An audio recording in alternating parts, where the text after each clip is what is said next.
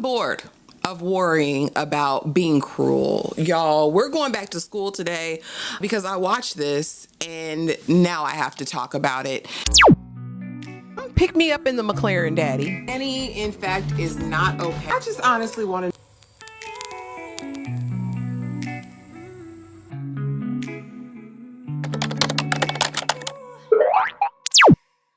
You guys, welcome back to the channel. I hope everyone is having an amazing day. We are back today to talk the brand new 4-episode limited series of the adaptation of Lord of the Flies, which has been done many times in movie form, but never in a series. I did not expect to enjoy this. I didn't expect to enjoy it at all because the earlier adaptations, namely the 1990, I don't know if it was because we read this so young in elementary school or if it's because of the 90s version. It didn't really resonate. This time it absolutely did. And so we need to get into it. Now we will be covering the history behind the book. We'll be talking about the creator and the director. We'll be talking about the score, and we'll be talking about the 4 boys that the Lord of the Flies focuses on, who they represented, and what the portrayal was all about. I want to know though, drop it in the comments. What grade were you in when you had to read this? I know that this was on everybody's summer reading list, either in elementary or middle school. And I want to know when you read it and what you felt about it in the moment. I remember reading this book and being like, this is horrifying. This is terrible. But even at a younger age, I didn't find it beyond the realm of possibility. And I think that's because when you're going to school, you see bullying, you see all the things, especially in the era that I was in school, it was par for the course. And so I think then it didn't so much hit the same as now, because now I can look at it as this isn't just a story about these British boys. This is really a story about humanity and what happens and how quickly we can descend into chaos without order, without humanity, how quickly that can be lost. And I think it is profound to have that imagery painted by these children. But let's get into the book and the man behind it. This book was written in 1954 by William Golding, and he was born in Cornwall, England, and he worked as a teacher for years with these type of boys that we see in Lord of the Flies. And so he'd seen Draco Malfoy 100,000 times. And then later on, during wartime in World War II, he actually went and saw kind of basest of us in humanity and the things that people say they won't do, that ultimately when it comes down to the wire, or when they have the freedom or autonomy or without the watchful eyes, they embrace. And we see that over there. If you're watching the Testaments reviews with us, and go over there, we had a long talk about Auntie Lydia and how you have this lofty idea about what we would do in certain situations, but until you're in the situation, you don't know what we'll do. When he received his Nobel Peace Prize later on in life, he gave a speech where he talks about understanding that man produces evil as a bee produces honey. And if you don't see that, you just must be blind, because the origin of man's heart is black. Listen, we're going to quote Lauryn Hill over there. Origin story was that this book was supposed to be a response to an earlier novel entitled The Coral Island, written by Ballantyne in 1857. And in this is a Victorian boys adventure where they're shipwrecked and these English boys are left on this island, and they create this beautiful, based on their Christian values and how everything was amazing. And so immediately it's like, yeah, that doesn't make any sense. That's not. I work with these wretched ass children every single day, and that's the exact opposite of what would happen. So combine that with what was going on in real time in terms of the war, and as a response to this novel, that is where we get in 1954, The Lord of the Flies. Even went as far as to borrow the character names, some of them from Coral Island. Ralph is over there. His point is that savagery was not there on the island. It's in the boys from the start. And that's the whole point that he's trying to prove, is that innately, without care, without actually raising your children, they will reveal themselves to be that. Now, I like how in this story, that's not every boy. That's the majority, that if people give the freedom and opportunity to be heinous, a lot of times they will. This just isn't about boys. I think this is just a representation of humanity as a whole. And some people disagree with that, and we can talk about it in the comment section. But let me know what you think now. The director. So Marc Munden, this beautiful series, the emotion that he was able to evoke from these boys was incredible. Knowing and understanding that none of these boys, I think maybe Jack, the actor who plays Jack, credits because he will be Draco Malfoy over in Harry Potter series in December. But everybody else, this was an open casting call. These boys had no training. And so I think it takes a very special director to be able to pull that out. In addition, just the way this world on the island was set up. This was filmed in Malaysia. But between him and Jack Thorne, who is the writer of all of this, they did an amazing job, and they've worked together before. Jack Thorne have previously worked together on National Treasure and Help. So they've already had this synergy and this chemistry, and I think it played well. He actually known for the unconventional color grading. This was written for television by Jack Thorne. This is the same man who co-created Adolescence, which is probably the most acclaimed piece that he's done. But he's written for kids. I believe he did Harry Potter and the Cursed Child before. So he understands, I think, the psychology of kids, and he added and tried to keep, honestly, as close to the original work as possible. If you watch the 1990s version, you know it changed. But as far as background in the series, it's set in the 1950s following a plane crash. A group of boys ages 6 to 12 are stranded on a tropical island with absolutely no adults. All the adults have. This, again, was an open casting call.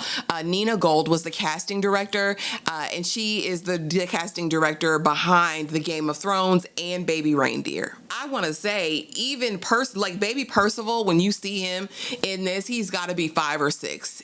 Even that baby did an amazing job. This was just exceptional. We're going to get into it. The story itself. The boys get to this island. We elect leaders. Ralphie becomes the leader. Piggy really should have been the leader, but nobody was going to follow him because, after all, it's a damn popularity contest. Then we have Jack Arise, who is head of the choir boys. And even the representation when they walk in all in their choir robes, you already get this sinister feeling, right? And so as the story progresses, it's really just them on this island trying to figure out how we're going to live, how we're going to get meat. We need to make a fire so that we can have a signal with boats come by, because ultimately we want to get saved, and how it devolves over time. When I don't feel like my voice is being heard, when I don't feel like my needs are being met, or I feel like I just want more power. I'm doing X amount of work. Really, all of it gets triggered by argument and confrontation until ultimately there's two factions. There's Ralph and Piggy over here, and Simon, because Simon ultimately decides he's not going to go over there with Jack. And then there's Jack and his crew of bloodlusters, all right? And so then as the story unfolds, we see these chasms deepen. We see mutiny arise. Jack takes all of the boys under his purview. And at this point, it's come over here or you're going to be unalived. Simon is getting warnings. He's trying to tell Ralphie and Piggy this is not a good idea. Ultimately, we go to eat the pig one night, and he warns against it. Simon wanders off into the woods. He starts having his hallucinations because he's known to be epileptic, apparently. And so he starts seeing red. This is, again, where the surrealism comes in. As Simon goes through, the island changes. And again, very interesting because it's a lush and a very green island. But when we see Simon go into whatever state he's in, everything is these bright reds and oranges and all of that. It's almost as if the island is taking on boys, right? And so he decides he's going to wrestle back through, and ultimately they've all been complaining about this beast or seeing this beast, and they ultimately take him out. All of those boys that are under Jack's purview, while Ralphie and Piggy just stand by. The next morning, Piggy's like, are we going to talk about it? Are we going to go back? Jack then invades their camp, takes Piggy's glasses because that's what makes the fire. And Ralphie and Piggy decide to go confront him. Worst idea ever. It's here. They drop a rock on Piggy's head, and we spend the rest of the episode just basically slowly watching him go. And Ralphie now on a mission for his life. Ultimately, at the end, they are saved by the naval captain, and I'll tell this story, and what are the consequences for these boys? That's what I ultimately want to know. So we have first Ralph, played by Winston Sawyers, and congrats to Winston. I think this was his first role ever, and he does a great job. And Ralph is that person who innately seems decent, but he still struggles with acceptance and wanting to be one of the cool kids. And so we meet him very early on, and we just know he's strong. He's, kind of a head taller than a lot of the boys. And so, I mean, he could possibly be a leader here. He's kind of not sure of himself. Like, he comes as confident, and yeah, my father was, however, and he still succumbs to the pressure of others. And I think that's so representative of a lot of people. Like, you can be a halfway decent person or think you are, but in tough situations, do you kowtow? Do you lower yourself to kind of chip in bullying so that you won't be singled out as X, Y, or Z? And that's why I kind of enjoy these characters, because none of them is perfect. Even when we get down to Simon, who's supposed to represent all of the goodness, it's still, he was super passive. He didn't have a voice. He wasn't able to stand up for himself when situations go down, especially when they beat the brakes off of Ralphie. And I think the conch shell is going to take his head off because Jack lost his mind. It was like, yeah, let me tell everybody leaves before I go and check on him. And then, of course, we have Piggy, who represents knowledge and wisdom, and science, and let me be a seeker, right, of all of these things, because we need order. And how, quickly they turned on Piggy initially because he represents everything that they aren't. So I think there's a tinge of jealousy because he is smart. He does have a slick mouth. He's not going to play games with him, but he was the most, I believe, out of all of them that was fully resolute in who he was, how he was going to show up here, what was right and what was wrong. His resilience, brilliance, and friendship with Ralph is the last thread of humanity on the island. He truly was one that was going to stay down no matter, okay? Y'all can do what y'all want to do, but this is right and this is wrong. And we talk about it. I want to say, even I remember reading the book many, many years. Piggy was always my favorite character, but I think even more so now, the fact that they actually use his name Nicholas in the beginning and towards the end, when we see Ralph's arc, when he finally comes into his own, that this is wrong, I need to stand up for something, he starts calling him Nicky, which I can appreciate. Piggy definitely deserved his flowers. Again, he was my favorite character over here in the series. And then, of course, that's played by David McKenna. Now let's get over here to Simon, played by Ike Talbot. And this is where the surrealism kicked in, because Simon had a lot going on. And I don't know what they were trying to say, but Simon, was a boy with Jack. They both had families who really didn't want to be bothered with them. They were at boarding school. They stayed the holidays together because their families couldn't be bothered. And so I automatically see this connection of kind of full light and full dark, Jack being the dark. But Simon what's right. He also has intuition throughout the entire thing. He speaks to the island. The Lord of the Flies speaks to him, and he knows that this is going to descend into madness and into chaos, but he's not really strong enough to speak on his own. The couple of times that he does attempt to let his voice be heard, immediately he's rebuffed, right? Even by Piggy, even by Ralph, and ultimately see his fate, and it was heartbreaking. Finally, let's get over here to Jack. Locks Pratt, okay? This is to be the Draco Malfoy you never knew you needed. Let me tell you something. Because when he got on here, I said, okay, I had a little article before I watched, and I was like, all right, well, he looks the part. But no, he's going to become Draco Malfoy.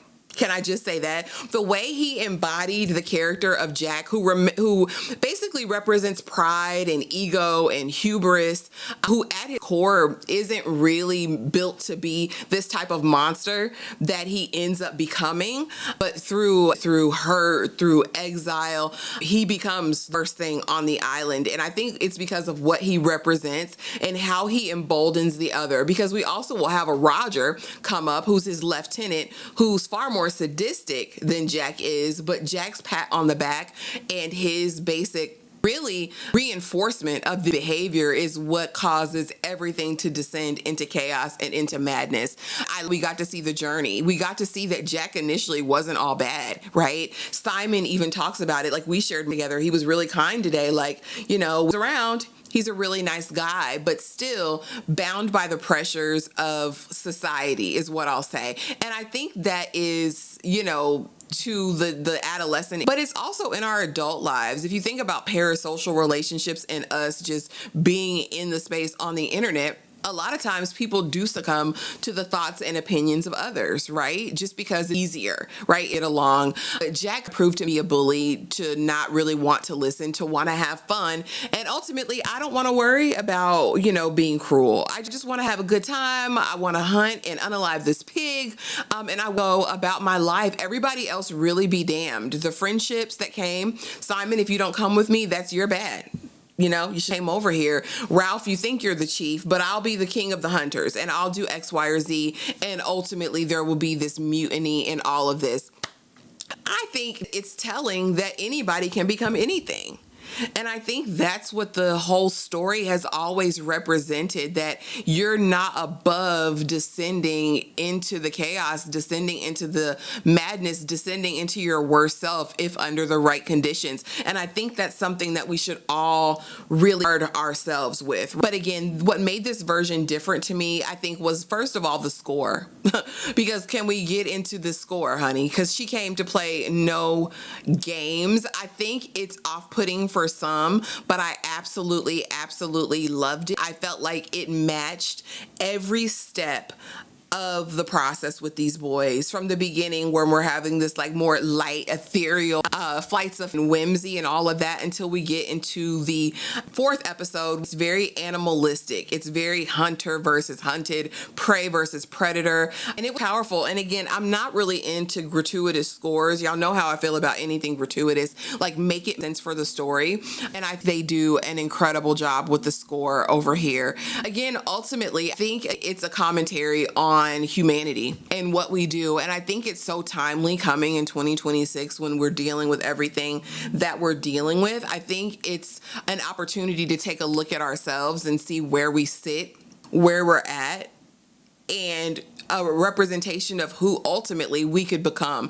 Is it literally blood in the streets? Maybe not, but maybe. I don't know. But I think it leads us to a bigger conversation, and that is, was he trying to talk about human nature, or was he just talking about a specific group of elite British youngsters, like that boarding school British boy culture? I think it's interesting. As far as comparing it to Adolescence, which did great on Netflix, I think it again shows us a representation of British boyhood and how it can quickly turn. And we had representation of different characters over there as well that represented, I would say complicitness, right?